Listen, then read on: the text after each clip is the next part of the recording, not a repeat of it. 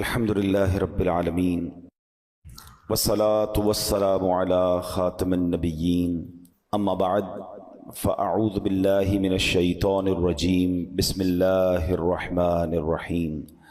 پڑھیے الصلاة والسلام علیک یا رسول اللہ وعلی آلک واصحابک یا حبیب اللہ۔ الصلاة والسلام علیک یا نبی اللہ وعلی آلک واصحابک یا نور اللہ۔ درود پاک پڑھنے کے بے شمار فضائل و برکات ہیں۔ بڑی مشہور حدیث ہے، اللہ کے نبی علیہ الصلوۃ والسلام فرماتے ہیں کہ جو جمعہ کے دن 200 بار درود پاک پڑھے اللہ اس کے 200 برس کے گناہ معاف فرما دیتا ہے۔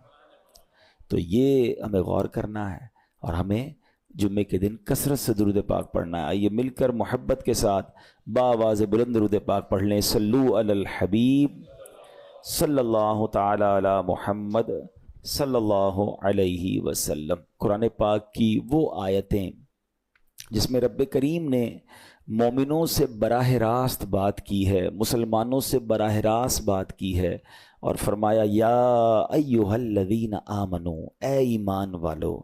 وہ ہم نے انشاءاللہ سیریز کو لے کے چلنا ہے اور ہم نے اس بیان کا یا اس ٹاپک کا نام رکھا ہے قرآن کی باتیں۔ تو پہلی آیت ہم کور کر چکے تھے جس میں نبی پاک علیہ الصلوۃ والسلام کی شان بڑے شاندار انداز میں، سورہ بقرہ کی وہ آیت تھی جس میں ہمیں یہ بتایا گیا تھا کہ اے ایمان والو پیارے آقا سے بات کیسے کرنی ہے، ان کو راعنا نہیں کہنا، ان کو انظرنا کہنا ہے۔ آج جو ہم نے آیت پڑھنی ہے قرآن پاک کی، جس آیت کو سمجھنا ہے، یہ بھی قرآن پاک کی سورہ بقرہ کی آیت ہے، پارہ نمبر 2 ہے اور آیت نمبر 153 ہے۔ بیوٹیفل آیت and so many good lessons from that آیت۔ اب وہ آیت کون سی ہے؟ بسم اللہ الرحمن الرحیم۔ یا ایھا الذین آمنوا استعینوا بالصبر والصلاۃ ان اللہ مع الصابرین۔ ترجمہ اس کا کیا ہے؟ اے ایمان والو صبر اور نماز سے مدد مانگو، بے شک اللہ صابروں کے ساتھ ہے۔ اب یہاں بہت خوبصورت باتیں ہمیں سیکھنی ہیں کہ صبر اور نماز سے مدد مانگو۔ قرآن ہمیں راستہ بتا رہا ہے کہ آپ کو ہیلپ چاہیے تو صبر اور نماز کے ذریعے آپ نے ہیلپ لینی ہے۔ اب اس کا مطلب یہ ہوا کہ عبادات کی ادائیگی، گناہوں سے رکنے اور نفسانی خواہشات پورا نہ کرنے پر صبر کیا جائے، اور نماز چونکہ تمام عبادات کی اصل ہے، اہل ایمان کی معراج ہے، اللہ اور بندے کے درمیان ایک بیوٹیفل کانٹیکٹ ہے، تو اس لیے اس سے بھی مدد طلب کرنے کا حکم دیا گیا ہے۔ یہ بھی یاد رہے کہ بدن پر باطنی اعمال میں سب سے سخت صبر ہے اور ظاہری اعمال میں سب سے مشکل نماز ہے۔ یہ بڑی اہم بات ہے۔ کچھ اعمال وہ ہیں جن کا تعلق دل سے ہوتا ہے، انسائٹ ہوتا ہے۔ انسائٹ اعمال میں سب سے مشکل کام کیا ہے؟ صبر کرنا۔ اور ظاہری عبادتوں میں، جسمانی عبادتوں میں سب سے مشکل کام کیا ہے؟ نماز پڑھنا۔ تو یہ 2 اہم کام دیے گئے کہ صبر اور نماز سے مدد چاہو۔ اچھا، اب ہم دیکھتے ہیں کہ صبر اور نماز سے مدد ملتی کیسے ہے، اور سرکار دو عالم صلی اللہ تعالی علیہ وسلم کا اس میں کیا معمول تھا، اب ذرا سنیے گا۔ اب نبی پاک علیہ الصلوۃ والسلام کا یہی معمول تھا۔ حضرت حذیفہ رضی اللہ تعالیٰ عنہ فرماتے ہیں نبی کریم علیہ الصلوۃ والسلام کو جب کوئی سخت مہم پیش آتی تو آپ علیہ الصلوۃ والسلام نماز میں مشغول ہو جاتے۔ جب میں خود اس آیت کی کچھ دنوں پہلے تیاری کر رہا تھا تو بڑا ایک نیا، کہتے ہیں نا، نیا باب آنکھوں کے سامنے کھلا کہ یقیناً جب ہم پرابلم میں آتے ہیں ہم دعا بھی کرتے ہیں، ہم لوگوں سے بھی کہتے ہیں، مگر کیا ڈائریکٹلی ہم نماز کی طرف جاتے ہیں؟ حالانکہ قرآن نے ہمیں پرابلمز کا سولوشن کیا دیا ہے کہ صبر اور نماز سے مدد چاہو۔ اب آگے چلیں، حضرت عمر فاروق کا بھی یہی عمل تھا کہ کوئی مشکل درپیش آتی تو آپ رضی اللہ تعالیٰ عنہ کو اگر کبھی اسلامی فوجوں کے آنے میں تاخیر پتہ چلتی، یعنی آپ چونکہ جنگوں کے لیے فوجوں کو روانہ کرتے تھے، بہت شاندار اسٹریٹجک پلانر تھے، تو اب فوج گئی اور ایکسپیکٹیشن یہ تھی کہ فلاں ٹائم کو واپس آ جائے گی۔ اس زمانے میں ٹیلی فون تو تھا نہیں، انٹرنیٹ تو تھا نہیں کہ لوکیشن شیئر ہو جائے گی یا کال آ جائے گی کہ سر ہم یہاں رکے ہوئے ہیں۔ اب ٹائم ہو جاتا اور فوج واپس نہ آتی نا، تو آپ اب اس کو کیا کرتے کہ اب پتہ تو نہیں کیا ہوا ان کے ساتھ، خیریت سے آ جائیں، تو آپ نماز میں مشغول ہو جاتے، نماز کے لیے کھڑے ہو جاتے۔ اب کیا ہمارے ساتھ کبھی ایسا ہوتا ہے کہ ہمارا بچہ کہیں گیا ہے، اس کی خبر نہیں آ رہی، یا کوئی چیز ہماری آنی ہے ابھی تک پہنچی نہیں ہے، یا کوئی اچھی نیوز نہیں آ رہی ہے، تو ہم کیا اس کے لیے نماز کی طرف جاتے ہیں؟ یہ نبی پاک کا ہمیشہ معمول رہا. حضرت عبداللہ بن محمد حنفیہ رحمۃ اللہ تعالی علیہ فرماتے ہیں کہ میں اور میرے والد ایک انصاری رشتہ دار کے پاس عیادت کرنے گئے. جب نماز کا وقت ہوا تو انہوں نے اپنے اہل خانہ میں سے کسی کو پکارا کہ اے لڑکی وضو کا پانی لے آؤ اور ہمارے لیے نماز میں راحت پہنچاؤ, نماز پڑھ کر میں راحت پاؤں, جلدی سے وضو کا پانی لے آؤ. تو کہتے ہیں ہم نے ان انصاری شخصیت کے الفاظ پر بڑا تعجب کیا کہ نماز سے راحت کیسے ملتی ہے. تو انہوں نے کہا میں نے نبی پاک علیہ الصلوۃ والسلام کو فرماتے سنا ہے, اے بلال کھڑے ہو اور ہمیں نماز کے ذریعے راحت پہنچاؤ. It means namaz is a relaxation for all of us. نماز is the way to solve your problem. آپ کو جب کوئی پرابلم آئے نا, آپ اللہ کی بارگاہ میں نماز کے لیے کھڑے ہو جائیں. مکروہ وقت نہیں ہے, آپ نوافل پڑھنا شروع کر دیں. آپ دیکھیں نماز ہیلپ کرے گی آپ کی, نماز سے آپ کے لیے راحتیں ہو جائیں گی. آپ کی حضرت عبد الرحمن بن عوف کتنے بڑے صحابی ہیں رضی اللہ تعالیٰ. یہ وہ صحابی ہیں کہ جو عشرہ مبشرہ میں سے بھی ہیں, and he was billionaire on that time. سب سے امیر صحابہ میں جو نام آتے ہیں وہ حضرت عثمان غنی اور حضرت عبد الرحمن بن عوف رضی اللہ تعالیٰ کے نام آتے ہیں. آپ کا ایک بار بے ہوشی غشی طاری ہوئی, ٹھیک ہے, انکانشیس ہو گئے آپ. تو آپ کی والدہ نے کیا کیا؟ آپ کی والدہ, لوگ سمجھے کہ آپ کی جان نکل گئی ہے, آپ کی والدہ مسجد کی طرف چل پڑیں تاکہ وہاں جا کے نماز پڑھیں اور اس سے مدد حاصل کریں. جب حضرت عبد الرحمن بن عوف کو ہوش آیا نا, تو لوگوں نے کہا کہ آپ کی طبیعت کیسی ہے؟ تو آپ نے کہا کیا مجھ پر غشی طاری ہو گئی تھی ہیں؟ تو کہا جی. تو کہتے ہیں بے شک میری بے ہوشی میں میرے پاس 2 فرشتے آئے اور کہنے لگے تم چلتے نہیں کہ ہم تمہیں خدا کی بارگاہ میں لے جائیں اور تمہارے بارے میں فیصلے لیے جائیں. دوسرے فرشتے نے کہا انہیں لوٹا دو, یہ ان افراد میں سے ہے جن کے لیے ان کی ماؤں کے پیٹ میں ہی سعادت مندی لکھ دی گئی تھی, اور ان قریب اللہ تعالیٰ ان کے ذریعے ان کی اولاد کو جب تک چاہے گا نفع دے گا. اس کے بعد آپ رضی اللہ تعالیٰ 1 مہینہ مزید زندہ رہے, اس کے بعد انتقال ہوا. تو پتہ چلا کہ آپ کی والدہ نے نماز پڑھی, اللہ سے مدد مانگی اور آپ کو اللہ نے ایک نئی زندگی عطا فرمائی. تو آپ اپنی زندگی میں اس پریکٹس کو آج اس آیت سے دیکھیں. ہم نے کرنا کیا ہے؟ ہم جب بیان میں آئیں تو صرف بیان نہیں سننا ہے, ہم نے اللہ نے مجھے کہا کیا ہے. ہم اس ٹاپک کو لے کے اسی لیے چل رہے ہیں نا کہ میرے رب نے ڈائریکٹلی مجھ سے کیا بات کی ہے. تو آج اس آیت میں یہ لیسن مل رہا ہے کہ جب کسی پرابلم میں ہیں, کلیمٹی میں ہیں, تو اللہ کی طرف جانا ہے اور نماز سے مدد چاہنی ہے. وَاسْتَعِينُوا بِالصَّبْرِ وَالصَّلَاةِ. اچھا اب آپ دیکھیں پیارے آقا کی نماز کی کیسی عادت تھی. بادل گرجتے تھے, آندھی چلتی تھی, کسی بری خبر کی اطلاع آ رہی ہوتی تھی, نبی پاک نماز کی طرف چلے جاتے. اچھا آپ مجھے بتائیں نماز استسقاء کیا ہے؟ بارش نہیں ہو رہی ہے, پیارے آقا نماز پڑھا رہے ہیں.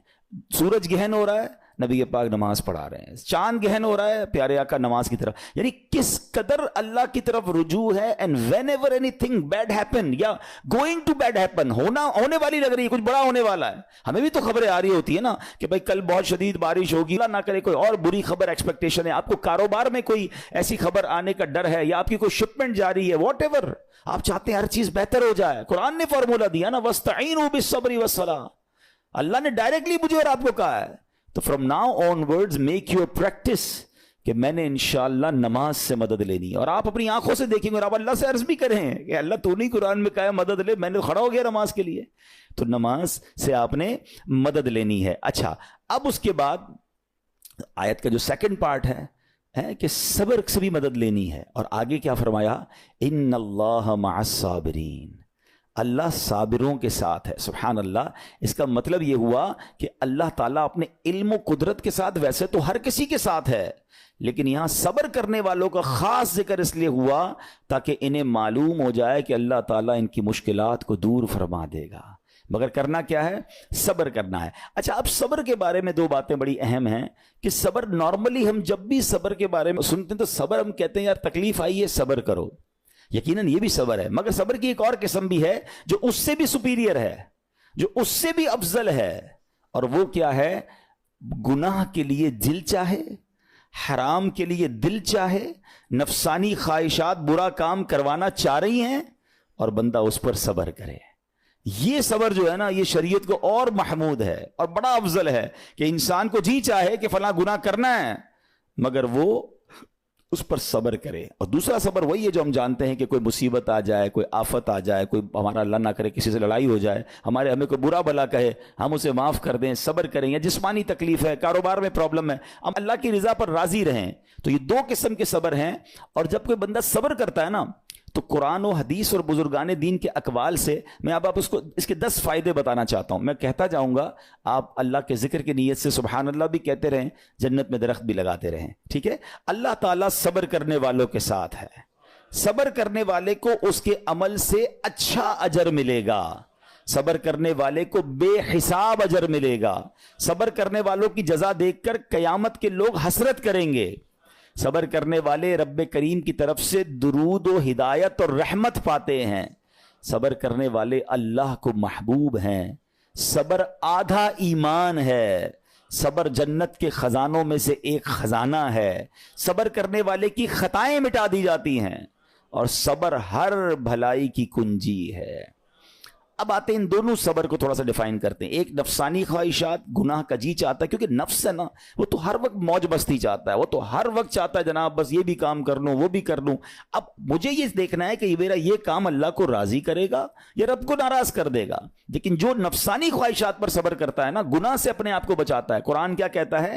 وَأَمَّا مَنْ خَافَ مَقَامَ رَبِّهِ وَنَهَى النَّفْسَ عَنِ الْهَوَىٰ فَإِنَّ الْجَنَّةَ هِيَ الْمَأْوَىٰ. اور رہا وہ جو اپنے رب کے حضور کھڑے ہونے سے ڈرا اور نفس کو خواہش سے روکا, تو بے شک جنت ہی اس کا ٹھکانہ ہے. دل چاہ رہا ہے, شیطان کہہ رہا ہے کر لے, کوئی دیکھنے والا نہیں ہے, علاقہ بھی چینج کر لیا, شہر بھی تبدیل ہو گیا, nobody here to watch you, مگر اللہ دیکھ رہا ہے. اچھا نارملی اگر غور کریں ہم گناہ کرتے کیوں ہیں؟ جتنے بھی گناہ ہیں, what ever the list of گناہ اٹھائیے. کوئی شراب پیتا ہے, کوئی بدکاری کرتا ہے, معاذ اللہ, کوئی جوا کھیلتا ہے, کوئی جناب بے حیائی کرتا ہے, گندی چیزیں دیکھتا ہے یا جھوٹ بولتا ہے, واٹ ایور. ان تمام گناہوں میں تھوڑی سی لذت ہے, ٹیسٹ. ٹھیک ہے, غیبت میں بھی ٹیسٹ ہے, بلکہ کتابوں میں آیا کہ غیبت میں شراب سے بھی زیادہ مزہ ہے, جبھی تو بندہ چھوڑتا نہیں ہے.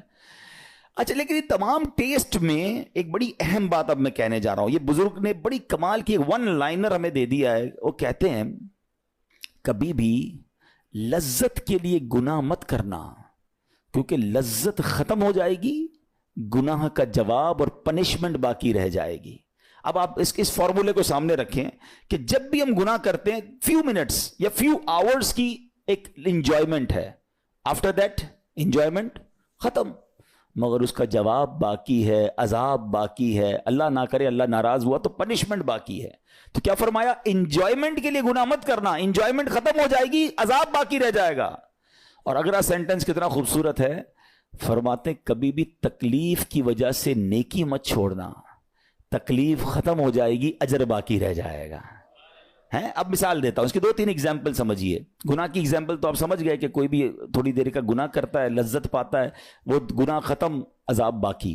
اب نیکی میں کیا ہوتا ہے؟ فجر کے لیے اٹھنا, نیند آ رہی ہے, دل نہیں چاہ رہا, آپ اٹھے, آپ نے وضو کیا, فجر پڑھا, وہ اٹھنے کی تکلیف تو ختم ہو گئی نا, واپس سونا ہے تو سو جائیے, مگر فجر کا اجر اور ثواب باقی رہ گیا ہے. رمضان کے روزے ڈیفیکلٹ ہیں, لیکن افطار کے بعد تکلیف ختم ہو جاتی ہے, ہم کھاتے پیتے ہیں, موج کرتے ہیں, مگر ثواب باقی رہ جاتا ہے.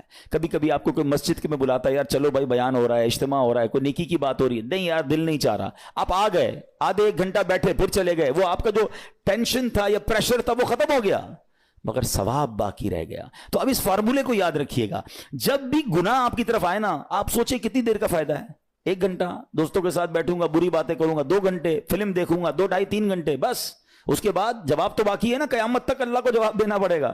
نہیں یار مجھے انجوائمنٹ کے لیے گناہ نہیں کرنا ہے. اور جب کوئی نیکی کا کام آئے اور آپ کو لگے یار دل نہیں چاہ رہا, مزہ نہیں آ رہا, بوریت ہوگی, چھوڑنا یار, تو بندہ سوچے کتنی دیر کی نیکی ہے, آدھے گھنٹے کی, 1 گھنٹے کی, بس 2 گھنٹے کی, اور ثواب باقی رہ جائے گا. Let's do it. اگر یہ بات سمجھ آ گئی نا آپ کو, تو انشاءاللہ دیکھیے گا گناہ سے بچنا اور نیکیاں کرنا آسان ہو جائے گا. تو اب کیا فرمایا قرآن نے کہ جس نے اپنے نفس کو روکا, کیا خوبصورت آیت ہے, وَأَمَّا مَنْ خَافَ مَقَامَ رَبِّهِ وَنَهَى النَّفْسَ عَنِ الْهَوَىٰ, اور رہا وہ جو اپنے رب کے حضور کھڑے ہونے سے ڈرا اور نفس کو خواہش سے روکا, تو بے شک جنت ہی اس کا ٹھکانہ ہے. اور ایک اور جگہ کمال سے فرمایا وَلِمَنْ خَافَ مَقَامَ رَبِّهِ جَنَّتَانِ, مبارک ہو ان کو جو اللہ سے ڈرتے ہیں نا, صبر کرتے ہیں, گناہ نہیں کرتے, رک جاتے ہیں. قرآن کہتا ہے جو اپنے رب کے حضور کھڑے ہونے سے ڈرے اس کے لیے 2 جنتیں ہیں, 1 نہیں 2 جنتیں ہیں. سورہ رحمان کی آیت ہے, تو پتا چلا کہ نفس کو روکنا یہ آسان بھی نہیں ہے. ہاں دل بہت چاہتا ہے, مگر یہ صبر جو ہے نا, ان اللہ مع الصابرین کا جو معراج ہے, جو ٹاپ آف دا لسٹ صبر ہے, وہ یہ صبر ہے. اچھا اب آتے ہیں ایک اور صبر کی صورت کہ اب آپ کو کسی نے غصہ دلا دیا, برا بھلا کہا, یا آپ کے مزاج کے خلاف بات ہو گئی. اب آپ نے روکنا ہے اپنے آپ کو. اب غصے کا اظہار نہیں کرنا, لڑائی نہیں کرنی, گالی کا جواب گالی, اینٹ کا جواب پتھر, انگریزی کا مقولہ ہے نا ٹٹ فور ٹیٹ, جیسے کو تیسا نہیں. یہ ہماری شریعت ہمیں نہیں سکھاتی. اچھا آج کل کسی کو کہو نا یار آپ کیوں یار لڑائی کر رہے ہیں, بھائی میں جواب نہ دوں تو لوگ سمجھیں گے کمزور آدمی ہوں, مجھے اپنا روب بھی تو رکھنا ہے, میں بھی تو پتا چلے کون ہوں, اپنا بتاؤں تو صحیح کون ہوں. سچی بات پتہ ہے کیا ہے, جو ٹٹ فور ٹیٹ کرتا ہے, گالی کا جواب گالی سے دیتا ہے نا, وہ واقعی بتا دیتا ہے وہ کون ہے. وہ اپنا تعارف کروا رہا ہوتا ہے کہ یہ بھی ایسا ہے, میں بھی ویسا ہی ہوں. او بھائی. اچھا پھر ایک اور عجیب جملہ بڑا مشہور ہے آج کل, جناب ہم شریف کے ساتھ شریف ہیں, ہم بدماش کے ساتھ بدماش ہیں. مجھے آج تک سمجھ نہیں آئی یہ کون سا بٹن لگا ہوا ہے آپ کے اندر کہ شریف کے ساتھ آپ شریف ہو جاتے ہیں, بدماش آتا تو آپ بھی بدماش ہو جاتے ہیں. جناب والا, شریف آدمی شریف کے ساتھ بھی شریف ہوتا ہے, بدماش کے ساتھ بھی شریف ہوتا ہے. جب بھی تو وہ غلط آدمی اچھا ہوگا نا. نبی پاک علیہ الصلوۃ والسلام نے گالیاں سن کر دعائیں دی ہیں, پتھر برسانے والوں کو بھی دعائیں دی ہیں, مگر ہم تو تیار ہی رہتے ہیں یار میں بتاؤں گا اس کو میں کون ہوں, ایک گالی دی ہے میں اب اس کے ساتھ پشتوں کو گالیاں دوں گا. تو پھر آپ بھی ویسے ہی ہو گئے نا جناب. حدیث پاک کیا ہے, ہو از مور اسٹرانگر, ہو از مور پاورفل. اللہ کے حبیب علیہ الصلوۃ والسلام فرماتے ہیں کہ بہادر وہ نہیں, یہ بخاری شریف کی حدیث ہے, بہادر وہ نہیں جو پہلوان اور دوسرے کو پچھاڑ دے, بلکہ بہادر وہ ہے جو غصے کے وقت اپنے آپ کو قابو میں رکھے. اصل بہادری یہ ہے. تو اگر آپ نے واقعی صبر سے مدد لینی ہے, ان اللہ مع الصابرین کا مجدہ لینا ہے, تو بدلے نہیں لینا ہے, معاف کرنا ہے. ذرا مل کر میرے ساتھ شب قدر کی دعا دہرائیے گا, اللہم انک عفو کریم تحب العفو فاعف عنی, اللہم انک عفو کریم تحب العفو فاعف عنی, اللہم انک عفو کریم تحب العفو فاعف عنی. What is the meaning؟ اس دعا کا معنی کیا ہے؟ اللہم انک عفو, اے اللہ تو معاف کرنے والا ہے, تحب العفو معافی کو پسند کرتا ہے, فاعف عنی اللہ مجھے بھی معاف کر دے. ہم کیا کہہ رہے ہیں اللہ سے, اللہ مجھے معاف کر دے اور میرے سارے اگلے پچھلے گناہ معاف کر دے. مگر دیر از اے کوسچن, آپ نے معاف کر دیا سب کو؟ بندہ کہتا نہیں میں تو انتظار میں بیٹھا ہوں, میں تو موقع کی تلاش میں, بس موقع ملے پھر بتاؤں گا میں کون ہوں. ہاتھ میں آ نہیں رہا بندہ, ٹرائی کر رہا ہوں کسی جگہ آ جائے, بس کوئی اس کے پیسے ویسے آ جائیں, کوئی اس کا معاملہ میرے پاس آ جائے, بس پھر دیکھو کیا کرتا ہوں. بیٹھے اس انتظار میں بیٹھے بہت سارے لوگ, کمال ہے یار. یعنی دشمنیاں پالی ہوئی ہیں, رشتہ داریاں کاٹی ہوئی ہیں, دوستوں کے پاس جا نہیں رہے ہیں, میاں بیوی میں لڑائی ہے, ایک سوری کے لیے بیوی گھر بیٹھی ہے, وہ کہتی شوہر سوری کہہ دے تو میں آ جاؤں گی, شوہر کہتا ہے بیوی معافی مانگ لے تو میں لے آؤں گا. ارے بھائی کوئی بھی آگے بڑھ کے معافی کر لو بھائی, اللہ سے معافیاں مانگ رہے ہو, بندوں کو معاف کرنے کے لیے کوئی تیار نہیں ہے.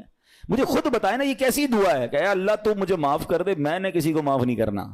یہ بنتی ہے دعا؟ اللہ سے پتہ ہے کیا کہیں, اے اللہ میں نے بندہ ہو کر تیرے سارے بندوں کو معاف کر دیا ہے, تو سب سے بڑا معاف کرنے والا ہے نا, اللہ تو بھی مجھے معاف کر دے. Look at the way to talk, یہ مزہ ہے نا بات کرنے کا, پھر دعا کرنے کا لطف بھی آئے گا آپ کو. تو دشمنیاں نہ رکھیں, غصے پر قابو پائیں, معاف کریں. ایک حدیث سن لیجئے, لرزا دیتی ہے, ڈرا دیتی ہے. اللہ کے نبی علیہ الصلوۃ والسلام فرماتے ہیں جو رحم نہیں کرتا اس پر رحم نہیں کیا جاتا. حدیث کا خلاصہ ہے. اور جو معاف نہیں کرتا اسے معاف نہیں کیا جاتا. اب بتائیے ہم معاف کرتے ہیں, ہم رحم کرتے ہیں, ہم کہتے ہیں اللہ ہم پر رحم کرے, ہم کسی پر رحم نہ کریں. نہیں ہوگا رحم, پہلے اپنے اندر تو لائیے یہ باتیں.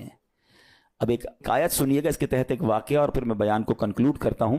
اللہ کریم ارشاد فرماتا ہے الذین ينفقون فی السراء والضراء والکاظمین الغیظ والعافین عن الناس واللہ یحب المحسنین. قرآن میں رب فرماتا ہے جو خوشحالی اور تنگ دستی میں اللہ کی راہ میں خرچ کرتے ہیں. یہ بڑی خوبصورت بات ہے, یہ غریب اسلامی بھائیوں کے لیے بھی مدنی پھول ہے. امیر تو خرچ کرتا ہے نارملی, غریب خرچ نہیں کرتا اللہ کی راہ میں. ہمارے قبلہ مفتی قاسم صاحب نے تفسیر قرآن صراط الجنان میں ایک بڑی پیاری بات لکھی. آپ کہتے ہیں پوری دنیا کے امیروں کا سروے کر لینا, ان کی جو پیسے بڑھنے کی ایک وجہ یہ بھی ہوتی ہے کہ وہ کہیں نہ کہیں چیریٹی کر رہے ہوتے ہیں, مدد کر رہے ہوتے ہیں. وہ مدد اور وہ نیکی ان کے پیسے بڑھا رہی ہوتی ہے. اور پوری دنیا کے غریبوں کا سروے کریں تو ان میں سے بڑی تعداد وہ جو خرچ ہی نہیں کرتی اللہ کی راہ میں. کہتے ہیں ہم کیا خرچ کریں, ہم تو غریب ہیں, ہم پر لوگ خرچ کریں. میں آپ کو فارمولہ دے رہا ہوں اور یہ قرآن سے دے رہا ہوں. ہیں جو تنگی میں بھی اللہ کی راہ میں خرچ کرتے ہیں, جو خوشحالی میں بھی خرچ کرتے ہیں. آپ تنگی میں آپ روپیہ خرچ کریں, یہ نہیں کہتے آپ 10,000 روپے خرچ کریں, جتنی آپ کی حیثیت. یہ کاروبار ہے, آپ 1 روپیہ دیں گے اور آئے گا, آپ 10 روپے دیں گے اور آپ کسی نہ کسی نیکی کے کام میں خرچ کرتے رہیں, آپ غربت سے باہر آ جائیں گے. If you want to take out yourself from that problem, آپ آئیں اللہ کی راہ میں خرچ کرنا شروع کریں. قرآن کہہ رہا ہے کہ جو تنگی اور خوشحالی میں اللہ کی راہ میں خرچ کرتے ہیں. اور اگلا پارٹ کتنا خوبصورت ہے, فرمایا وَالْكَاظِمِينَ الْغَيْظَ وَالْعَافِينَ عَنِ النَّاسِ, فرمایا اور غصہ پینے والے اور لوگوں سے درگزر کرنے والے. انعام کیا ہے؟ واللہ یحب المحسنین, اور اللہ نیک لوگوں سے محبت فرماتا ہے. اور پھر ہاں زندگی میں کلیمٹیز, پرابلم, بیماریاں, مشکلیں, قرآن خود کہتا ہے کہ من قریب تمہیں آزمائیں گے. کبھی بیماری آئے گی, کبھی بھوک آئے گی, کبھی مال کم ہو جائیں گے, کبھی ڈسٹربنس آئے گی, خوف آ جائے گا.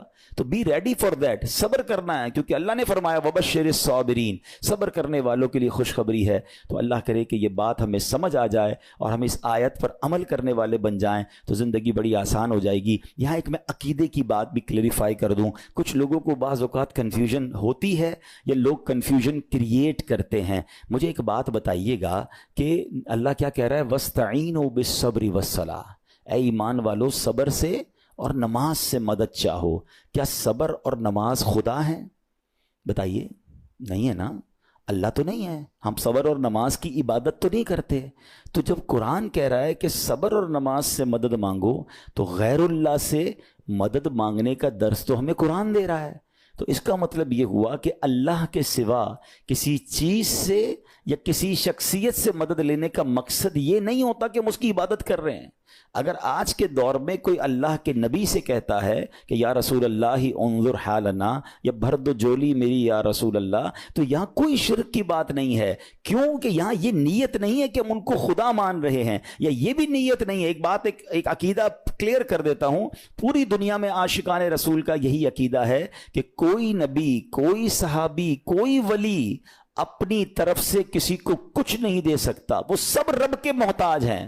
اللہ کسی کا محتاج نہیں ہے. جو اللہ کا ہے وہ اس کا اپنا ہے. ہاں اللہ نے اپنے مخصوص بندوں کو کچھ عطائیں کی ہوئی ہیں, کچھ پاورز دیے ہوئے ہیں, وہ اللہ کی عطا سے اگر کسی کو تقسیم کرتے ہیں تو اس میں کوئی پرابلم نہیں ہے. قرآن کہہ رہا ہے اے ایمان والو صبر اور نماز سے مدد چاہو. یہاں ایک اور بات سمجھنی ہے. دنیاوی طور پہ بھی کیا ہوتا ہے کہ آپ کسی کوئی باس ہوتا ہے, اپنے کسی مینیجر کو پاور آف اٹارنی دے دیتا ہے کہ یہ تمہارے پاس اس پراپرٹی کا پاور ہے, تمہارے پاس فلاں چیز کا پاور ہے. وہ اس پاور کے بہاف پر وہ کام کر دیتا ہے, مگر کوئی یہ نہیں کہتا کہ he is the owner. Actually he have attorney, he have power of attorney. بالکل ہمارا بھی عقیدہ یہ ہے کہ اللہ نے اپنے کچھ مخصوص بندوں کو, اپنے پیاروں کو کچھ اختیارات عطا فرمائے ہیں, اور جب وہ ان اختیارات پر عمل کرتے ہیں تو ایکچولی وہ اللہ ہی کی عطا ہے. ہاں دنیا میں اگر کوئی یہ سمجھتا ہے کہ کوئی شخصیت یا کوئی بزرگ یا کوئی اللہ والے اپنی طرف سے دیتے ہیں, رب کا اس میں کوئی دخل نہیں, تو یہ شرک ہے, یہ بات درست نہیں ہے.